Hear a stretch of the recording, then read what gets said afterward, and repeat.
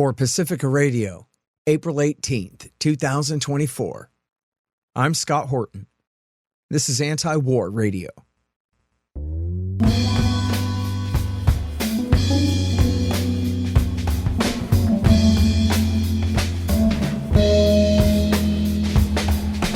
All right, y'all, welcome to the show. It is Antiwar Radio. I'm your host, Scott Horton. I'm the editorial director at antiwar.com and the author of Enough Already, Time to End the War on Terrorism. You can find my full interview archive, more than 6,000 of them now, going back to 2003 at scotthorton.org and at youtube.com/Scott Horton Show. All right, you guys, introducing Daniel L. Davis. He was a lieutenant colonel in the U.S. Army, fought in Iraq War I, Iraq War II, and Afghanistan, where he was the great heroic whistleblower of 2012. You can read all about it in my book, Fool's Errand, which is actually named after a conversation that he and I had on the show way back then. And he hosts this great podcast on the YouTube there, Daniel Davis Deep Dive. Welcome back to the show. How you doing, Danny? Always good to be here, Scott. Thanks for having me. It was the damnedest thing. I watched this debate that you did with John Mearsheimer on your side against ladies from the Council on Foreign Relations and the Atlantic Council and the Marshall Fund over there on the other side. And it was really kind of funny and surreal in a way. To boil it down, you guys said, look, man, when it comes to manpower and munitions, there's just no contest. It's over. Cut your losses. Quit while you're behind, only this far, not worse. And their argument really did boil down to, but you don't understand the morale on the Ukraine side and their level. And also, the one lady said they're jerry-rigging new technologies on the battlefield all the time, and we can expect that to turn the tide. Danny, what's your problem? Yeah, I couldn't get the words out of my mouth fast enough when she was saying that, because it's true as far as it goes. They definitely have. And I will just say the Ukraine people and men have fought just heroically and spectacularly. They have no shortage of courage, even in the face of overwhelming odds. They still keep fighting hard. They haven't broken yet, but I think that those numbers are limited. But here's the thing. All those things are also going on the other side of the line. The Russian side is learning. The Russian side is also using technological advancements, and they're creating new weapons of war, new strategy. New tactics for war, employing new technology into existing warfare technology. Old, new, and even ancient in some cases. And they have, as you pointed out, the trump cards. They have more men. They have more material than Ukraine can ever muster. So no matter what Ukraine does, it will always be outdone on the other side. And the longer time goes, the greater the disparity, until one point, courage or not, fearless fighting or not, the Ukraine side will break. Mm-hmm. All right. So one thing that she pointed out that sounded like a point, at least for her side, was, yeah, but that's what she said 2 years ago, that, man, the Ukrainians are doomed. There's no way they can stand up to the Russians. And I think she's right. In fact, a lot of hawks also said that 2 years ago. Robert Kagan and them said, well, once Russia's done conquering Ukraine, then what do we do? You know what I mean? That was the idea at the beginning. And now it's 2 years later, and damn it, just give them the attackums they need, Danny, and they'll be okay out there. Maybe. Yeah, in my view, that is one of the most immoral arguments and positions we can take, because we are saying that because this wasn't like Desert Storm, that where the U.S. had 100-hour tank battles that ended that, or like Operation Iraqi Freedom in March 2003 that took about a month, because that didn't happen, then you should just keep fighting forever, because then you can turn the tide. Instead, Russia's fighting a different kind of war. That's not the one that they're seeking to accomplish. They're fighting a methodical and basically attrition level war. So they are taking very few risks with their men. The way their tactics have, despite these absurd claims that Russia's losing like 1,000 men per day, there's no evidence of that at all. In fact, there is evidence that they're doing the opposite of putting their men at less risk by using firepower, whether artillery, drones, rockets of various types, tank fire, long-range guns, all of these kinds of things so that they minimize the risk to their side. And Ukraine wants to do that, but they're at a disadvantage of about 20% to 10% of the firepower capacity. So they don't have the ability to inflict the same kinds of casualties on the Russian side. So by continuing to go on with this and saying, well, since they haven't lost in 2 years, they should keep fighting, you have sacrificed a generation of Ukrainian men. I believe the number is in the multiple hundreds of thousands of killed. Probably at least that many have been permanently wounded and will need care for the rest of their lives. And I don't know where that's coming from because they don't have the capacity to do it. And even hundreds of thousands of others, minorly wounded or so. And that doesn't even count the PTSD. Now then you're mobilizing lower aged people because you're just running out of anybody to just even plug the gaps on the line. And you're sacrificing the future generations that Ukraine is going to need to rebuild. And there is no path to victory. There's no path to even avoiding defeat on the current trend lines. And that's why I think it's immoral to keep going down that path. When they talk about the body counts, I remember learning a long time ago about how, in Vietnam, this was a big error, right? That we killed so many more of them than our guys died. And that proves that we're winning and there's light at the end of the tunnel and this kind of thing. And I know that this was a problem back then too, but it's a whole other problem when they're just lying about the body counts. And right. It sounds like... See, I always just try to point out that even if they were telling the truth, which they aren't, and that the Russians were suffering that, Russia has 5 times millions more men of military age from which to draw than the Ukraine side. So even if they were telling the truth, their logic is still it's faulty. It's a lie to say that they can continue on indefinitely. And I heard the other day, Scott, that I wish I'd remember which official it was that said that, look, we need to give them another 6 months so that they can get their feet, the Ukraine side, back underneath them. So then, especially heading into 2025, they can go on this offensive, which Zelensky claims. Only there's no physical capacity to do that. And I don't know that they can last another 6 months without breaking as a force. Yeah. Well, it's really funny that it's the center-left liberal Hillary Clinton women who are leading the charge on this, and the accused will be not just the Republicans, but the Republican right will be the subjects of the stab in the back theory. How we could have just won if you let the generals do their job and let them have the weapons they needed and all that. And so, it's you're throwing in the towel that's actually ending the fight early here, Danny. Yeah, the General Ben Hodges is one of the advocates of that. He has been. You may recall that he likes to forget it, but I always remind people that he said early last year in 2023 that Ukraine would be in Crimea by August of 2023, even when the offensive started and it was clearly failed. And by June and July, when it was clear it was not going to get anything, he still said that. But he added this caveat, as long as they get the ATACMS long-range missiles. That's the big difference. If you only had given them that in the F-16s early, we would already be in Crimea.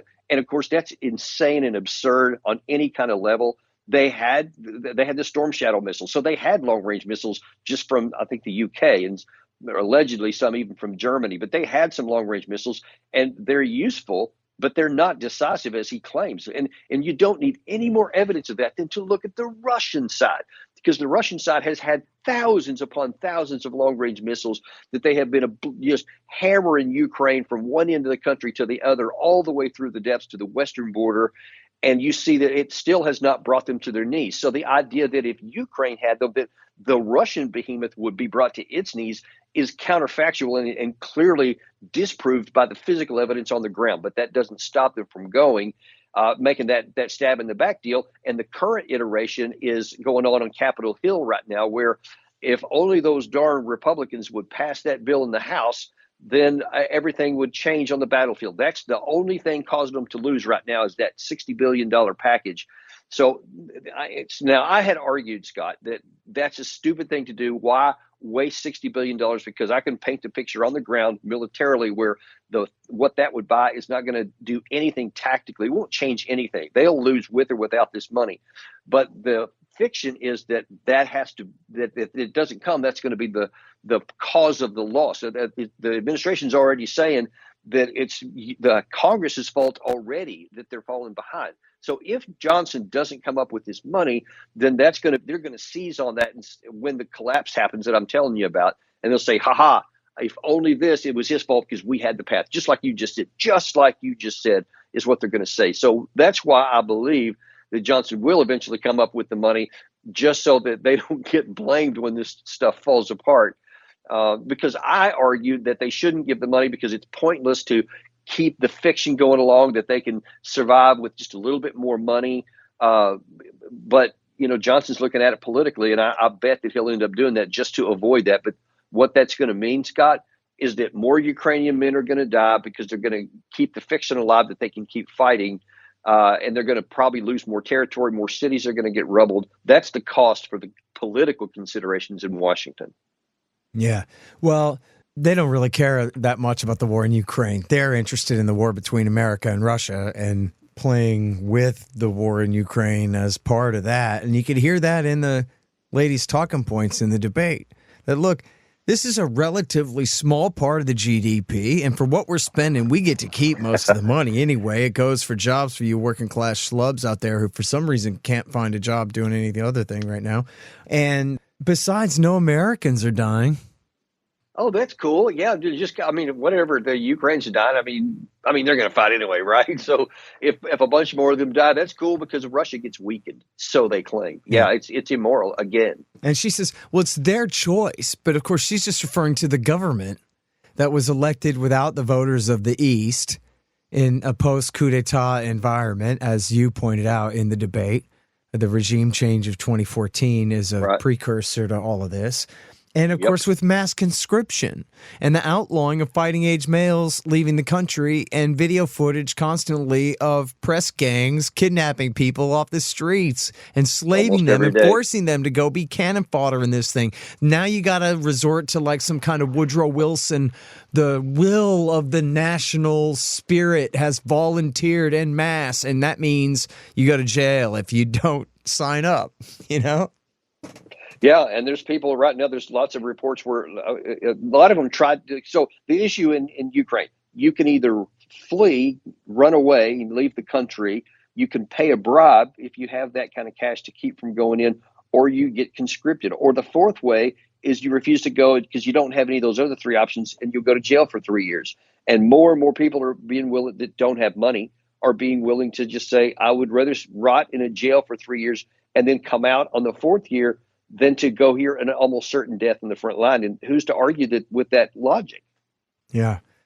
And now, so let me ask you about the tech difference and advantage. I was talking a little bit about this with Bill Bupert a little while ago about he was talking about how all of our vaunted tanks, the Leopards and the Abrams and the whatever, I guess they sent a few Abrams, right?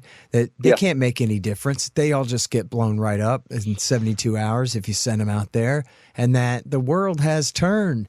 And this kind of armor is obsolete now. It's drone warfare tech, this, that. So maybe the Marshall Fund lady is right that they just need to jerry-rig the right kind of drone or the right kind of drone jamming signal or some kind of new sophisticated do-wacky that can take care of the problem and, tip the balance where it's not just manpower. It really is circuitry here that can make the difference. Is that possibly right? No, it's not. And I'll tell you, even back to the previous premise, armor is not obsolete, but the nature of war has changed. Armor is still incredibly necessary. You still have to have it. But now then you have overlaid three additional things that I never faced when I was in Desert Storm, or that we had in even the 2003 Iraq War on the on the maneuver part of it, is that you have the drones, you have the counter drones or electronic warfare situation, and you have the missile issue.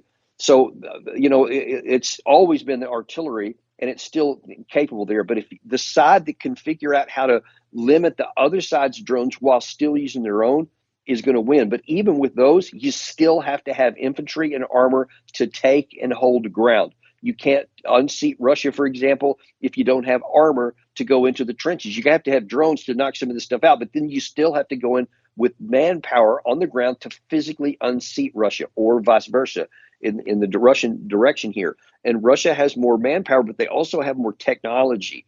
So, they're using, T-62s, even T-55s have been reported on there, T-72 stuff from the 60s and 70s. And that's adequate if you have the air cover and the air protection and the drone, the counter drone stuff, the electronic warfare stuff. And that's where Russia has the big advantage. And I mentioned this during the debate, that there was, by some reports, 80% of Ukraine's drones are getting knocked out of the sky before they even get to the battlefield or to the front lines because of electronic warfare and other counter drone measures that Russia has. Ukraine is also trying to do that, and they also knock down a lot of the Russian stuff, but it's not as much, and Russia has more of every category. That's the issue. They got more armor, they got more infantry, they have more drones, they definitely have more air defense and more air power. Everything that determines the winner on the battlefield is in Russia's advantage and growing by the month. Yeah. Hey, you guys, did you know that I don't just write books, I publish them? Well, the Institute does, and I'm the director, so yeah. 13 of them now, including my 4. We published 5 more in 2023. Lori Calhoun and Tom Wood's books about the COVID regime, Joe Solis Mullen on the fake China threat, Jim Bovard's latest, Last Rites, and our managing editor, Keith Knight's Domestic Imperialism. And we've got more great titles coming in 2024. Check them out at libertarianinstitute.org/books and help support our anti-government efforts at libertarianinstitute.org/donate. And thank you. Hey, y'all, Scott here. Let me tell you about Roberts & Roberts Brokerage, Inc. Who knew? Artificial bank credit expansion leads to price inflation and terribly distorted markets. If you've got any savings left at all, you need to protect them. You need to put some, at least, into precious metals. Well, Roberts & Roberts can set you up with the best deals on silver, gold, platinum, and palladium, and they've been doing this since 1977. Hey, if you just need some sound advice about sound money, they're there for you too.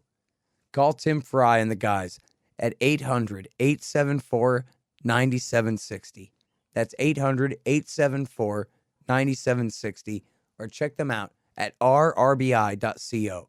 That's rrbi.co. You'll be glad you did.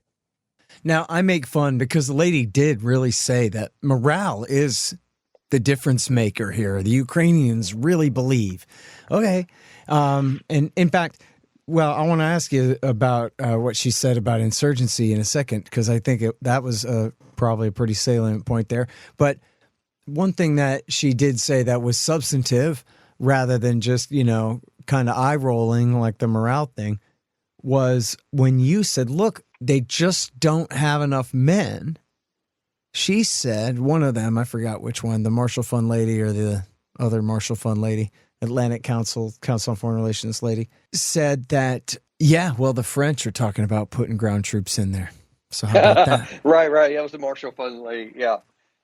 To which I shot back, then that's World War III, potentially. That's because she was saying, yeah, they'll just fill in with French. And I'm like, are you serious? If you send in NATO troops into Ukraine, one of two things that can happen. Now, that's what I said at the time. That's World War III. Somebody I respect has altered my view a little bit. They said it's not necessarily World War III, because that implies that the NATO troops then would turn the tide and that Russia would start losing. But their view is that the French troops or Polish troops or anybody else that would come in there would suffer the same fate as the Ukrainians because of the methods that Russia is using right now. You pointed out that it's our Leopards, our Abrams tanks, our Bradleys, our Strykers, our Patriot air defense systems, the Taurus missiles, everything. All of our Western kit is being blown up. So all they would do is come in with more Western kit, and very critically, nobody in NATO has any combat experience in maneuver warfare. None of them. So they're all going to start with that early phase that both the Ukraine and the Russian side experienced to their disappointment in the early phases of the war. The learning curve would start from scratch for the NATO side. So they said Russia could probably handle it, and there would be large numbers of Western troops coming back in body bags, just like there are Ukrainian troops going back in body bags every day. Yeah. So maybe she's right that if the military is essentially smashed and the Russians are in a position to dictate terms of surrender to the Ukrainian state, that won't matter because they still got forests to fight from. And so maybe that'll be the Russians' new problem, is fighting more of an unwinnable, population-centric type of a war. Yeah, I think that's likely, almost certain, in fact. And Putin is aware of that. So that's why he doesn't want, I don't think, even all the way up to the Dnieper. I know McGregor talks about that a lot. I would doubt that that's even in the desire for Putin, because the further west you get from the Donbass, the less percentage of the population is Russian speaking and Russian friendly, et cetera. I think he just wants to seal off all the Russian friendly parts that they've already annexed, maybe a little bit more, because there are still some other areas that are primarily Russian speakers. And then probably even put up a new fence. I wouldn't be surprised if they did that at all, because he doesn't want the other stuff, because he will have that insurgency stuff. So that means, really, there will be areas on whatever the Ukraine side is where they'll continue to, launch kind of what Russians will call terrorist attacks. They'll call it freedom fighter stuff. But I just don't see any outcome of it. I don't know what it's supposed to accomplish. Just look at the the insurgency phase that was in the Soviet era after the Warsaw Pact came to life and the end of the World War II in like Hungary, for example. It was I like another decade of insurgency kind of stuff when they went into the Soviet Union. And then it finally petered out because, everybody can see it's not going to change any borders. It's not going to change any political realities. And what's the point? A lot of people were killed as a part of it. And then it just died a natural death. And that was in many other places. I know Czechoslovakia had some. Yugoslavia had a lot of that for a long time. And then it'll eventually die out. But it won't accomplish anything. So if the West thinks it's going to accomplish anything, it's going to get a lot of people killed. Almost certainly won't change any political reality. Well, and of course, and this has been clear from the beginning, too, was from the Russian point of view, they removed the predominantly Russian population of the country. They're essentially conceding to the Western nationalists, the ethnic Ukrainians and Ukrainian speakers, that, like, fine, you can have the country then, but they're leaving, they used to win elections, the pro-Russian side, but never again now. So now they're going to have an enemy state. I don't know whether they'll really bring them into NATO or not. I fear they might, but they're still going to have a worse enemy state on their border from now on and have made their problem worse in that way. It'll be a mess. There's no question about it. There's no good solution to this for anybody. I think some relative stability will be returned once reality pokes its head into our face. But it's not going to be blood free. It's not going to be trouble free. It's going to be a mess that everybody's going to be dealing with for a long time. Yeah. Well, that's why I hate it. The thing is too, and this didn't come up specifically in the debate, but it's what you guys were talking about essentially, was when you were saying, look, we want to freeze the lines where they are now, not after they get worse. But I think the two major targets there are the city of Kharkiv, which they failed to take originally. I think they surrounded. Yep. The Russians did, but did not really take. And then, of course, Odessa, which is historically a Russian city. And I know there's a lot of Russian speakers there. I don't know the percentage, but that doesn't necessarily mean they want to be part of the Russian Federation. But, there's a lot of pride at stake there, national pride and all of that, retaking that city, especially if they're right there in Kherson, It's a hop, skip, and one little town away, I think, there. And yet that also brings us back to the question of insurgency there, because there's all kinds of tunnels and catacombs and whatever under that city, which would make a great place to wage an insurgency from, as the Israelis are finding out right now, fighting in Gaza. So anyway, but that's the question, right, is whether, because I guess if the Ukrainian military is essentially broken, if they've lost however many brigades that it takes to support the other brigades out there or whatever it is, and they cannot keep it up, then the Russians get to just walk right into Kharkiv and Odessa, presumably.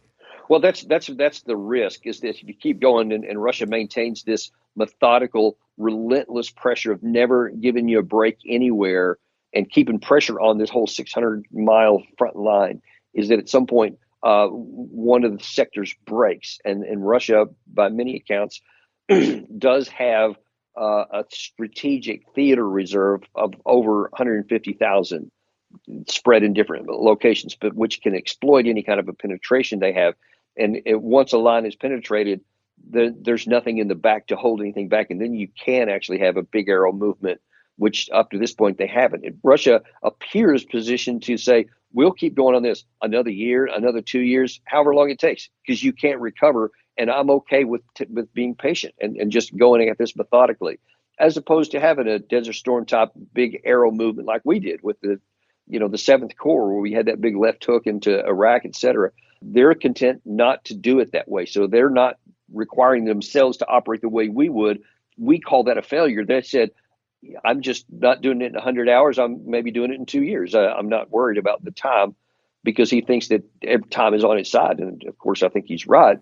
And in terms of like Kharkiv, we'll look at it, because that's, in my view, probably the likely first target over Odessa, because of the lines of communication and resupply and logistics and all that are much shorter, much easier for the Russian side there. I doubt that they're going to try and, literally block by block take the city. It would be a massive, enormous casualty producer, as you see with Bakhmut, with Avdiivka, with Chasiv Yar in the current situation. Those are small towns, and you see how long it took them to take. A city the size of Kharkiv would be enormously more expensive than that. But I think what they will do instead, and I see the position, the layout already setting up for this, is that they're trying to isolate the thing, to destroy all of its ability to have energy, so that they can't make any war material or support and sustain life in there for large numbers of military or civilian people, so that they're going to have to leave.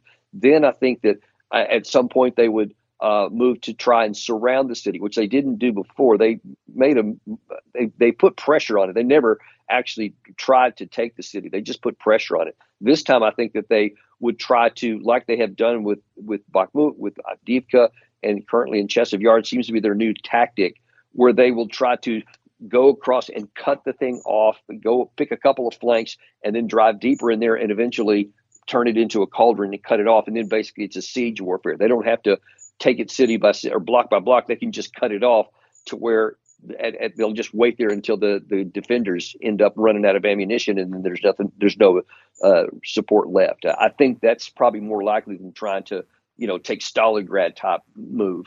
Mm-hmm. Well, and like you're saying, if they're playing that long of a game, it does make sense for them to do that same thing to Odessa too, assuming they have the advantage to do so. Because it's not just Odessa, which is that if they take Kharkiv, then you can be sure that Odessa is going to be the next in the crosshairs, because then it's the strategic issue of completely cutting off the access to the sea for the Ukraine side, and now Russia owns it all, and they've got all the economic and military cards. And it makes sense from their point of view to go ahead and connect, as they say, the land bridge, to go ahead and build a road and connect under their territory all the way to the Transdniester, that strip of breakaway territory on Ukraine's western border with Moldova, which is one of these frozen conflicts. I mean, that's the way to unfreeze it, is to go ahead and draw the border that far.